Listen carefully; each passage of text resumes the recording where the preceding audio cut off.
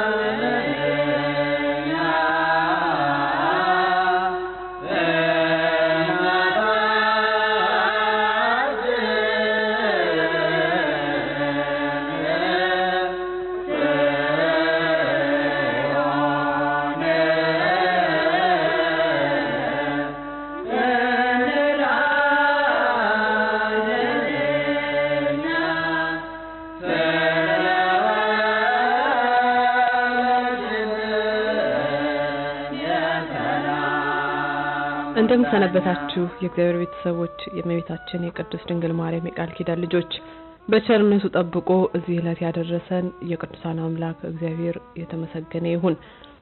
እንደተለመደው ዛሬም ለ30 ደቂቃ አብረን ቆይታ እናደርጋለን።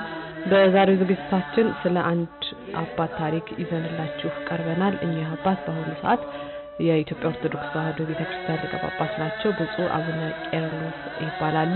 የዛሬ እንግዳችን ናቸው። ባለን ሰዓት ከሳቸው ጋር አብረን ቆይታ እናደርጋለን። ተከታተሉ ዘንድ እንጋብዛለን። መልካም ቆይታ።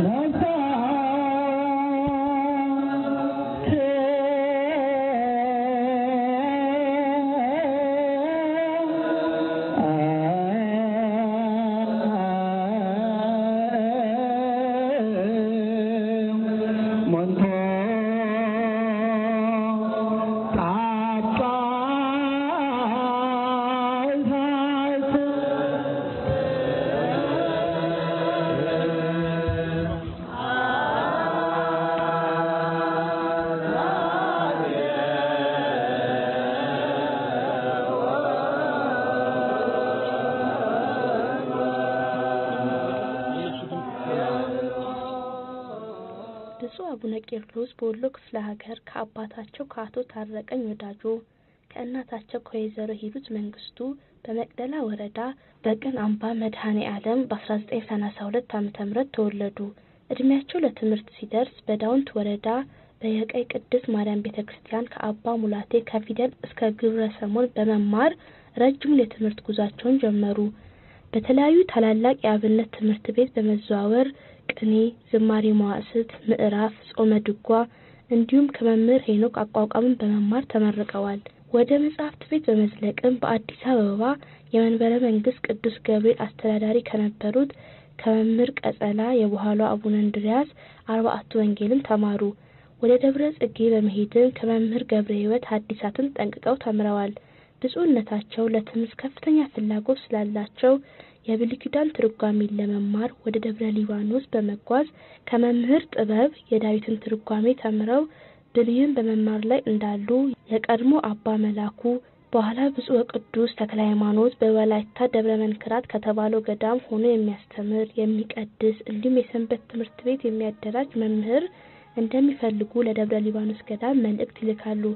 በዚህም የቀድሞ ሊቀ ኅሩያን መርሐ ጽድቅ የአሁኑ ብፁዕ አቡነ ቄርሎስ ጥያቄውን ያሟላሉ ተብለው ወደ ወላይታ ለመሄድ ችለዋል።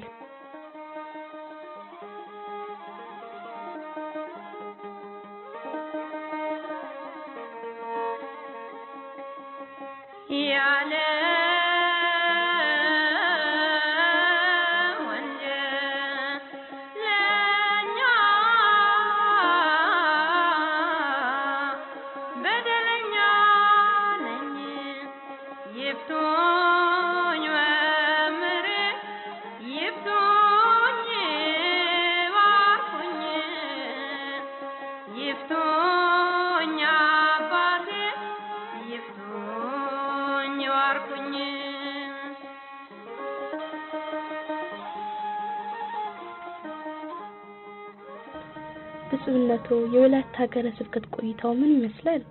መጀመሪያ በ60 ዓመተ ምህረት ነው ስራ የጀመርኩት። ወደ ደቡብ ነው ወላይታ የሚባል ሀገር ነው የጀመርኩት። እዛ እንግዲህ 7 ዓመት ያህል በዛ ቆይቻለሁ። የስራ ዘርፎች በርከት ያሉ ነበሩ። አንደኛ ተማሪዎች አሉን፣ ዳሪ ተማሪዎች። እነዛን ተማሪዎች ጓደኞቼ ጋር አስተምራለሁ። እንደገና በስብከተ ወንጌል ህዝበ ክርስቲያኑ በዕለተ ሰንበትም ሆነ በወር በዓል እንደውም በዓመት በዓል ልክ ሰው በሚገኝበት ጊዜ ስብከተ ወንጌል አስተላልፋለሁ። በሶስተኛ ደረጃ በማህሌት ደግሞ ማህሌት ቆማለሁ። በአራተኛ ደረጃ ሰበካ ጉባኤ ገንዘብ ያዥ ነበርኩኝ፣ በዛም አስተባብራለሁ። በአምስተኛ ደረጃ 5 ትምህርት ቤቶች አሉ በዛ በአውራጃው። እነዛ ከሰኞ ጀምሬ እስከ ዓርብ ድረስ ጧት ባንዲራ ሲወጣ ትምህርት ሰጣለሁ። እንደገና ደግሞ ያም በቂ አይደለም ብሎ በክፍል ፒሪዮድ ሰጥተውኝ 45 ደቂቃ በክፍል አስተምር ነበር። የሃይማኖት ምግባር እንዲሁ አማርኛ ሰዋስው ከለውጥ በፊት ማለት ነው። እንግዲህ ከለውጥ በፊት በዛ ኑር ያለው። በሌላው ደግሞ የሰንበት ተማሪዎች ደግሞ አስተማሪ ነኝ። እነሱም ደግሞ በዕለተ ሰንበትና እሑድ እንዲሁም ዓርብ በጠቅላላ የ5ቱ ትምህርት ቤቱ የተማሪዎች ሁሉ በጠቅላላ እዛው እየገቡ ትልቅ አዳራሽ አለ፣ በዛ ሁሉ ትምህርት ሰጥ ነበር። እና እንግዲህ በዛ በ7 ዓመቱ ወርከት ያሉ ስራዎች ሰርቻለሁ ወይም ሰርተናል ወይም አገልግሎት ሰጥቻለሁ። እንግዲህ በተለይ እዛው ቋሚ ሆነው የሚያስተምሩ ተማሪዎች እንግዲህ 30 ተማሪዎች ነበሩ፣ ያዳሪ ተማሪዎች። እነዛም ዜማውንም ቋቋውንም የስብከቱንም ሁሉም እያስተማር እዛ ቆይቻለሁ። እነዛ ልጆች አሁንም እንግዲህ ተተክተው በዛ ሀገር እንትን የሚሉ እነሱ ናቸው። እና እስከ ከ60 እስከ 66 ለውጥ እስከመጣ ድረስ በጥሩ ሁኔታ በስራ መሯሯጥ በዛ ጊዜና እንግዲህ አባ መላኮ ወይም ተዋሉ ባህታዊ ነበሩ ኋላ ፓትርያርክ የሆኑት ማለት ነው። ቅዱስ አቡነ ተክለ ሃይማኖት እሳቸው ጋር በመሆን ነው እንግዲህ ትምህርት ቤት ጎን በጎን ነው የመንፈሳዊንም እናቋቁማለን እንደገና ዘመናዊም ደግሞ እዛ ይቋቋማል። ቦርድ ያለ ብርሃነ ሕይወት የሚባል ያ ድርጅት በዛ አማካይነት እሳቸው ሐዋርያነት እንግዲህ 7 ወረዳዎች ሁሉ አሉ። በዛ በ7 ወረዳዎች ብዙ መቼም ማስታወሻ የሆኑ ስራዎች ሰርተናል። ብዙ አብያተ ክርስቲያንም ታንጸዋል። ብፁዕነቱ እንደሚታወቀው በ1966 ዓመተ ምህረት የመንግስት ለውጥ በሀገራችን ተካሂዷል። ያን ጊዜ በወላይታ ለእርሶ ፈታኝ ጊዜ እንደነበር የሚናገሩ አካላት አሉ። ስለዚህ ያን ጊዜ ቢያጫውቱኝ።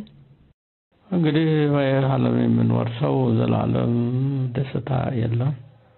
ለውጥ በመጣ ጊዜ በደርግ በተለይ በ67 ብዙ ፈተና ደርሶብኛል። ሲማር የነበረው እንደገና ተገልብጦ የስድብ ናዳ እያወረደ እንደውም ደርግንም የከዳ በዛ አንድ ሰው ተነስቶ የወላይታ ነፃ አውጪ የሚል እንትና አስነስቶ እኛንም እንድንረሸን እንድንሞት ወስኖ ነበረ። ያረመቸም የምንሞትበት ጊዜ ስላልደረሰ ልንረሸን 3 ቀን እንደቀረ ያው ደርግም ነቃበትና ጠቦ ደሱ ሆነ። እኛ በምንሞትባት ቀን እሱ ሞተ። በዛ አካባቢ ብዙ እንደ ሚሽኖቹም ወይም ጳንጤዎቹም ተሰብስበው እንዲሁ በደርግ ጊዜ ደርግ የለውጥ ሐዋርያ እየተባሉ ሁለት ሰዎች በያወራቸው ነበሩ። በዛም ጊዜ እንደዚሁ ከሰው ይቃወመናል ብለው አቅርበውኝ እነሱ እንደገና ተለውጦ የኔ ወንጀል ወደ እነሱ እንትን አለ። እነሱ እንትን አሉ። እኔ ለወጣ ቻልኩ። በሶስተኛ ደረጃ ደግሞ የአማራውን እንደው ግደሉ የሚል ነበር አዋጅ እንደው አጥፉ የሚል ስለነበረ አንድ ቦታ እንድትከተማ የእድገት በህብረትም ባለ የተማሪዎች ዘመቻ ነበረ። ያን ከተማውን እንደው አጥፍተውት ከገጠር የመጣ ሁሉ ወሮት እዛም ይበሉት የሚጠጡት አጣው። ከዛ ካውራቸው ምግብም ልብስም ለምኜ ይጀለነሱ ሰጥቼ ስመለስ እንደገና ሸቶይ ናቸው ነቱ ተሰብስበው በፊትም በኋላም በቀኝም በግራም ብሎ የድንጋይ በረዶ አወረዱብኝ። በአጋጣሚ ግን እንዲያው ጃሪ ያዘዘው ነው አንድ ሰው ቢካፕ ይዞ መጥቶ በዛ ሲያልፍ ቋንቋቸውን ያውቅ ነበርና ቆይ እኔ ይዤ ሰጣቸዋለሁ ብሎ ጋብናው አድርጎ ይዞኝ ሄደ እና ብዙ ፈተና ነው በዛ እንግዲህ አካባቢ። እንደገና ደግሞ እነዛም የለውጥ ሐዋርያ የሆኑት የጥምቀት ዋዜማ ነው። እስካሁን ለኃይለ ሥላሴ ጸልዩ ነበር እንደማቱሳላ እድሜውን ያርዝመው የኢትዮጵያን ሕዝብ በእጁ ጭብጥ በእግሩ እርግጥ አድርጎ ያስገዛለት እያላቸው ተጸልዩ ነበር።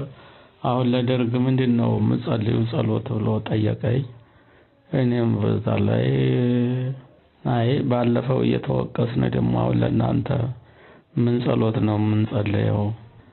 በዛ ጊዜ ባንጸልይም እናንተ ናችሁ ነጭ ለባሽ የሆናችሁ እስር ቤት የምታስገባው። አፄ ኃይለ ሥላሴ ከእንጨቱም ከውሃውም ከምኑም አያንሱም። የኢትዮጵያ ቤተክርስቲያን የምትጸልየው ለእንስሳውም ለአትክልቱም ለአዝርቱም ለሁሉም ነው እና የምንጸልየው ደግሞ ያው መልካም ፍርድ ስጣቸው አስተዋይ ልቡና ስጣቸው እያልን ነው እንጂ እናንተ እንደምትሉት በእጁ ጭብጥ በእግሩ እርግጥ አድርጋ አስገዛለት የሚል አይደለም ጸሎታችን። እና ደግሞ ከአውሮፓ የጽህፈት መሳሪያ ይዘው መጥተው ቤተክርስቲያን ሁሉ መጽሐፍ ብቻ አድርገውልናል። አንድ ሰው ዝም ብሎ በእጁ ጽፎ ነበር። አሁን ግን የቤተክርስቲያን ሁሉ መጽሐፍ እንዲሞላ አድርገዋል። እናንተም እንደዚህ ያለ መታሰቢያ እስካላደረጋችሁ ድረስ የእናንተን ስም አንጠራም ብዬ ነበር። በዚህም ተበቅለው ልክ አሳደዱኝ። የጥምቀት በዓል ሳላከብር ነው የዋልኩኝ። ህዝቦቹ ደብቀውኝ አንድ ጫካ ውዬ ነው እንትን ያልኩት እና መቼም ደስታውም መከራውም አለ።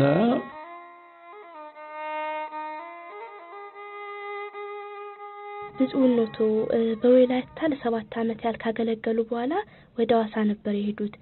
የሐዋሳ ቆይታው እንዴት ነበር? ሐዋሳም ስሄድ ነጭ ሽብር ቀይ ሽብር የሚካሄድበት ጊዜ ነበረ። በጣም የመከራ ጊዜ ነበረ። ነገር ግን ህዝቦችን ተስፋ እንዳይቆርጡ በማጽናናት መሬቱም በመወረሱ ቤቱም በመወረሱ ያዝኑ የነበሩ እንደነሱ ሁሉ እንግዲህ ያልፋል፣ ሌላው ግደለ እናንተ ታላችሁ ልታገኙ ትችላላችሁ እያል እነሱ ጋራ እያዘን እያለቀስን ነው። መከራ ነው። በደርግ ጊዜ በጣም ብዙ መከራ ነው። እንግዲህ ለ24 ሰዓት ለ6 ሰዓት እንደዚሁም ለተወሰነ ሰዓት እንደታሰር እንደተፈታ ነው ያሳለፍነው። የዛ ጊዜ ተራ ሰባኪ ወንጌል ነኝ። እኔም በቀሪጸ ተስፋ በመቁረጥ እነሱንም እናገራለሁ።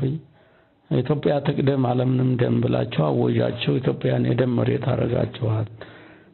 ኢትዮጵያ ህዝብና ገንዘብ ነው የረከሰውና ህዝቡንም አጥፉ ገንዘቡም አጥፉ ነው የተባላችሁት እያልኩኝ ወይስ በግልጥ ሁሉ ስለምናገራቸው እነሱም ያሳድዱኛል።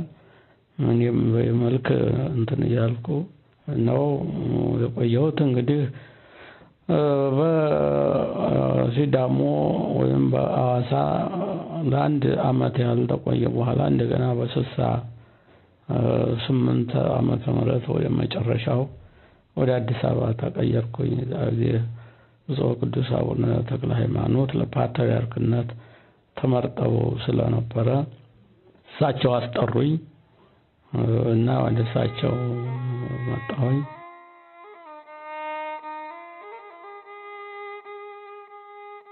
አባታችን ወደ አዲስ አበባ በብፁዕ ቅዱስ አቡነ ተክለ ሃይማኖት ጥሪ ከመጡ በኋላ በአዲስ አበባና በሸዋ በተለያዩ ኃላፊነት ቦታዎች ሰርተዋል።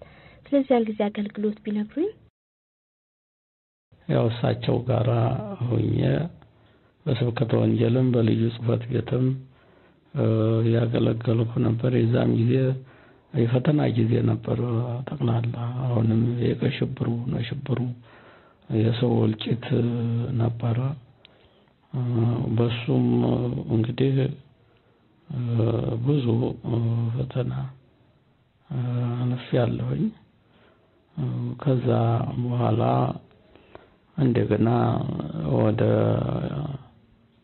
መስካየ ኅዙናን በ71 ዓመተ ምህረት ልቅና ወደዛ ተሾምኩና በዛ ሄድኩኝ።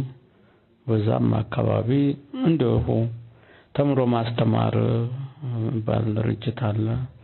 እንደገና የገዳሙ ትምህርት ቤት አለ። የገዳሙ መነኮሳት አሉ።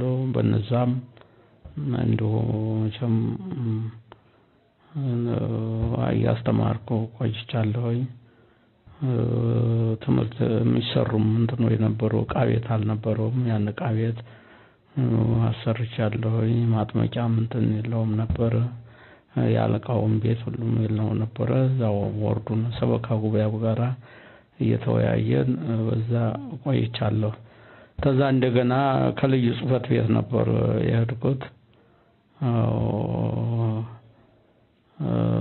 ቅዱስ አቡነ ተክለ ሃይማኖት ነበሩ። እንደገና ተሳቸው ተለይቼ ስለሄድኩ መመለስ አለበት ብለው እንደገና ወደ እሳቸው መለሱኝ። በዛ በልዩ ጽሕፈት ቤትና በስብከተ ወንጌል እየሰራሁ ሳለ የሸዋ ሀገረ ስብከት የነበሩ ብፁዕ አቡነ ጎርጎርዮስ ስራ አስኪያጅ ያስፈልገኛል ሲሉ ፓትርያርኩን ጠየቁ። እንደገና ወደ እሳቸው አድኩኝ። ሸዋ ሀገረ ስብከት ሊቀ ጳጳስ ሆኜ እንግዲህ 2 ዓመት ተኩል እሳቸው ጋር አንድ ላይ ሰርተናል። በዚህም የፈተና ጊዜ ነው። በጣም ብዙ ፈተናዎች ደርሰውብኛል። በመንዝም በወሊሶም አካባቢ በፍቼም አካባቢ ገዳም ነበሩ። ያንን እንትን እንዳለን ሲሉ አስቶሽም በማለት ብዙ በጣም መቼም በደርግ ጊዜ ጤናማ እድሜ አላሳለፍኩም። እነሱም እንትን ይላሉ፣ እኔም አላርፍ እናገራለሁኝ። በዚህ ምክንያት ቆየሁ። እንደገና ወደ ጠቅላይ ቤተ ክህነት የስብከተ ወንጌል መምሪያ ኃላፊ ሆኜ መጣሁ።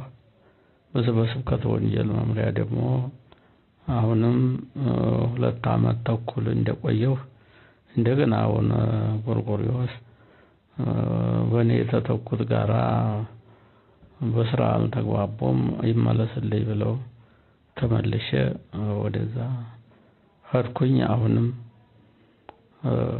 ወሊሶ የኛን የቤተ ክህነቱን ቤት የሰፋ መዋቅር ሲዘረጋ ወስደውብን ነበረ። እነሱም ጋራ በመታገል ብዙ አሳልፌያለሁ። እዛ ካድሬው እንደውም አቡነ ጴጥሮስን ለመሆን ትፈልጋለህ አለኝ። እኔ ደግሞ አንተ የአቡነ ጴጥሮስ ገዳይ የሙሰሊኒ ወገን ሆይ እኔ እኮ በሀብት ነው። አቡነ ጴጥሮስ ደግሞ የሰው ሀብት ሲወስዱ አይደለም ለሀገራቸው ነው መስዋዕት የሆኑት። ፋሺስት ኢጣሊያ እንኳን ሰው መሬቱ አትገዛ ብለው ስለ ሀገራቸው ነው። አንተ ግን የሰው ገንዘብ ስታማታ ነው በየተናገሩ። በዚህም በጣም ብዙ መከራ ደረሰብኝ፣ ብዙ አሳልፌያለሁኝ። እንግዲህ ከዛ ተነስቼ ያው ወደ ህፃናት አስተዳደግ ድርጅት ነበረ፣ ወደዛ ሄድኩኝ።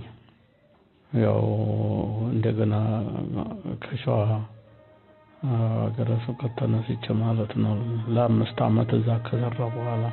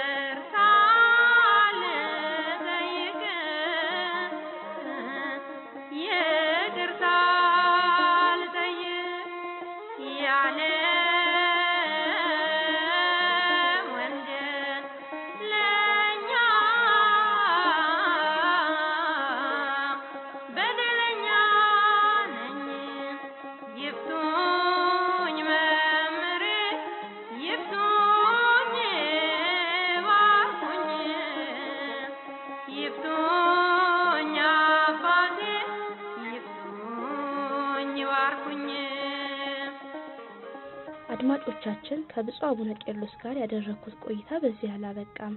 ሳምንት ቀጣዩን ክፍል ይዤላችሁ እስከምቀርብ መልካም ሳምንት።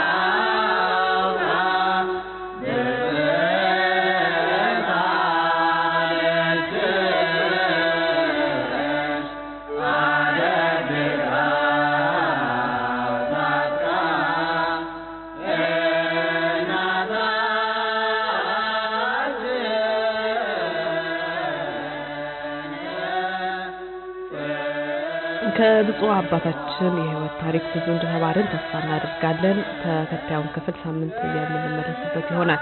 አድማጮቻችን ይህንን የሬዲዮ ዝግጅት በገንዘብም ሆነ በሐሳብ ደረዳችሁ ለምትረዱን ምስጋናችንን በእግዚአብሔር ስም እናቀርባለን። እግዚአብሔር ይስጥልን። ለወደፊቱም እንዲሁ ድጋፋችሁ እንዳይለየን ለማስገንዘብ እንወዳለን። ይህንን ዝግጅት አሁን መከታተል ያልቻላችሁ ወይም ይህንን ሬዲዮ ሊደመጥ በማይችልበት ቦታ ላሉ ወገኖቻችሁ በስልክና በድረገጽ ማድመጥ እንደሚችሉ ለመግለጽ እንወዳለን። ስልክ ቁጥሩ 712-432-1085 አክሰስ ኮድ 486533 ፓውንድ ሲሆን ድረገጻችን ደግሞ www.tewahedomedia.org ነው። በማንኛውም ቦታና ጊዜ ማድመጥ የሚቻል መሆኑን በድጋሚ እየገለጽን የዛሬውን ዝግጅታችንን በዚሁ አብቅተናል። አስተያየት ወይም ጥያቄ ካላችሁ ደግሞ በ202-596-9888 ደውሉልን። 202-596-9888 እንደ እግዚአብሔር ፈቃድ ሳምንት የብፁዕ አቡነ ቄርሎስን ታሪክ ተከታይ ክፍልና ሌሎች ዝግጅቶች ይዘን እንገናኛለን። እስከዛው ድረስ የእግዚአብሔር ቸርነት የእመቤታችን የቅድስት ድንግል ማርያም አማላጅነት አይለየን። ደህና ሰንብቱ።